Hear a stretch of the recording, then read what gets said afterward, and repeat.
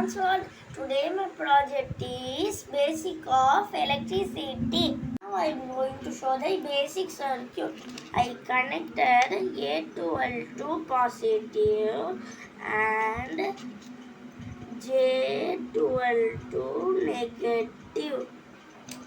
And the LED is positive and negative.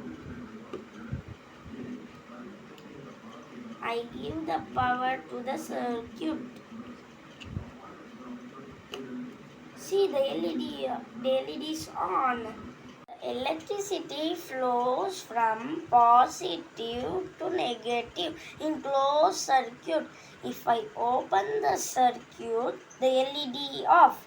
This is the basic of electricity.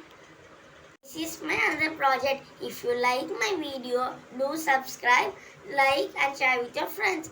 Friends, do like. Your one like is one note for me. Bye bye.